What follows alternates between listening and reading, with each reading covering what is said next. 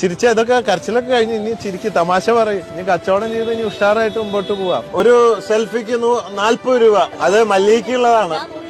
160 വന്നു. അപ്പൊ 4 സെൽഫി എടുത്തു. മല്ലികയ്ക്കുള്ളതാണ് ഇന്നത്തെ സെൽഫിന്റെ പൈസ ഒക്കെ. നിലവാരമില്ലാത്തൊരു കള്ളനാണ്. കള്ളന്മാരോട് എനിക്ക് പറയാനുള്ളത് ഒരു എത്തിക്സ് വേണം. ഇനി കള്ളന്മാര് വരില്ല എന്ന് വിചാരിക്കണേ. അവരോട് റിക്വസ്റ്റ് ചെയ്തിട്ടുണ്ട്. എനിക്ക് ഒരുപാട് ഫാൻസ് ഉണ്ട് കള്ളന്മാരില്. ഏത് കട കട്ടാലും ബോച്ചയുടെ കട ഞങ്ങൾ കട്ടില്ല എന്ന് പറഞ്ഞു. അതുകൊണ്ട് ഞാൻ പറഞ്ഞ അവര് കേൾക്കും. ഇനി ഇവിടെ കയറില്ല കേട്ടോ. എന്നുവെച്ച് കട പൂട്ടാണ്ട് പോയിരിക്കും. ഇതിപ്പോ ലോകം മുഴുവൻ അറിയും ഇവിടെ ഈ കട. കച്ചവടം കിട്ടുന്ന വെച്ച് പേടിക്കേണ്ട ആവശ്യമില്ല. ആരുടെയും പിന്നാലെ പോണ്ട. ആൾക്കാർ ഇവിടെ വന്ന് ക്യൂ നിൽക്കും മല്ലികയുടെ കടയുടെ മുമ്പിൽ. കാരണം ഇതിന്റെ മുകളിൽ കൂപ്പണം.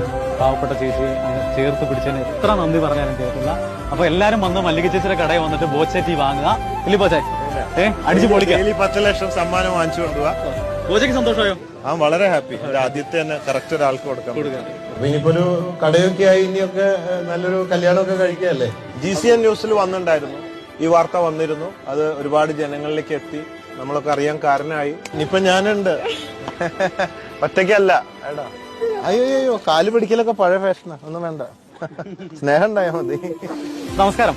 എന്താണ് പറയേണ്ടതെന്ന് അറിയത്തില്ല കേട്ടോ. അത്ര സന്തോഷം നിറഞ്ഞൊരു നിമിഷമാണ്. ഞങ്ങളിപ്പോൾ ഉള്ളത് പത്തനംതിട്ട ജില്ലയിലെ തുമ്പമൺ എന്ന് പറഞ്ഞ പ്രദേശമാണ്. 2 ദിവസം മുമ്പ് ഞാനൊരു വാർത്ത ചെയ്തിരുന്നു. ഒരു പാവം ചേച്ചി, മല്ലിക എന്ന് പേരുള്ള ഒരു ചേച്ചി നടന്ന പെട്ടിക്കടയിൽ മോഷണം നടന്നു.